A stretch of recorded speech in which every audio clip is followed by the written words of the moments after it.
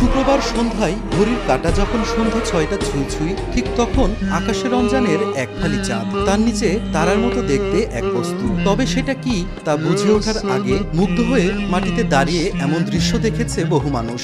সঙ্গে হতবাক, আর হবেই না বা কেন, এমন চন্দ্রবিন্দুর কথা বই পুস্তকে পড়লেও আজ যে স্বচক্ষে দেখা।